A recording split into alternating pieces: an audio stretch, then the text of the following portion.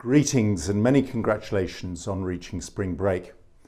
After a busy and successful few months, I hope that everyone will be able to enjoy a change of pace and some deserved relaxation over the next few weeks.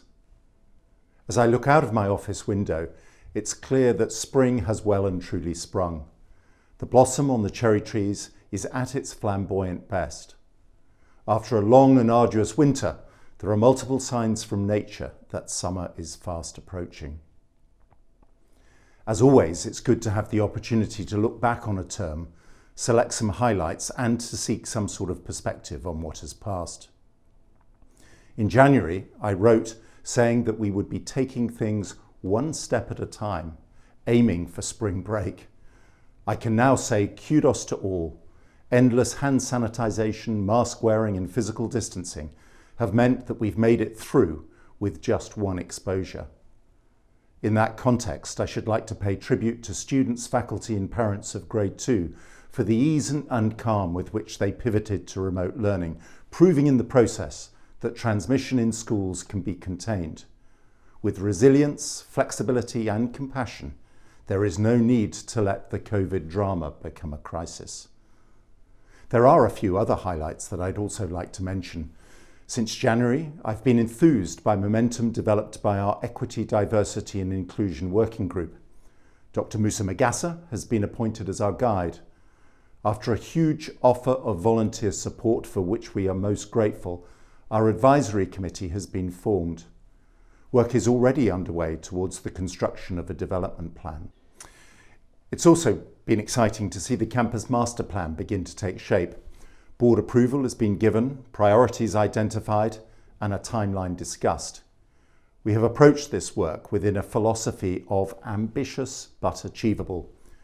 We are driven by the desire to ensure that our school has the facilities and resources to remain at the cutting edge of Canadian independent education through 2030 and beyond.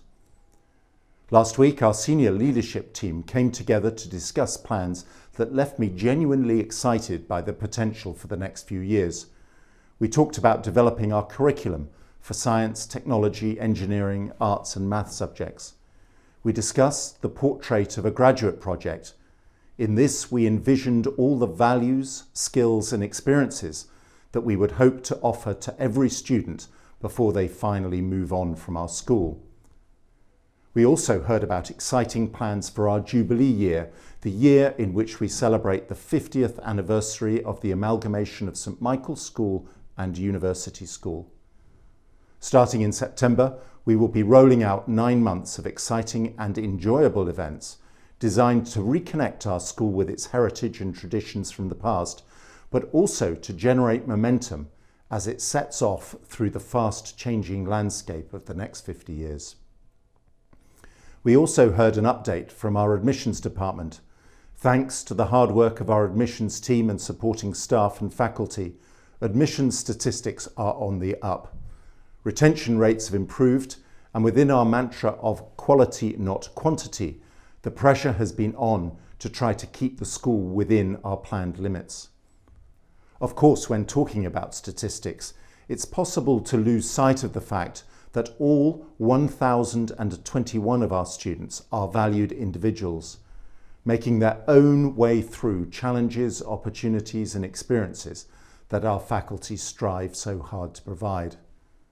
Over the last week, we've heard about an outstanding achievement of 4 of our grade 12 students who participated in the University of Waterloo's Industry 4.0 Challenge. The challenge for students from across Canada was to explore computerized manufacturing by analysing data and thinking of creative recommendations to improve production.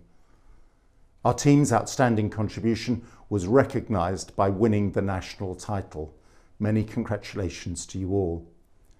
Just last weekend, other creative students did a magnificent job in hosting our first ever Model United Nations conference. Skills of organisation, public speaking and diplomacy were on display for all to see. As we move from winter through spring into savouring the prospect of summer, there is a real feeling of hope and optimism. We are now planning for the possible return to school in September at stage 1 with restrictions lifted and the opportunity to return to school as we know and love it. I'm reminded by John Donne's quote from the poem Love's Growth: "No winter shall abate the spring's increase." We remain hopeful that this will be the case. Many thanks for your support. Have a great break. Thank you.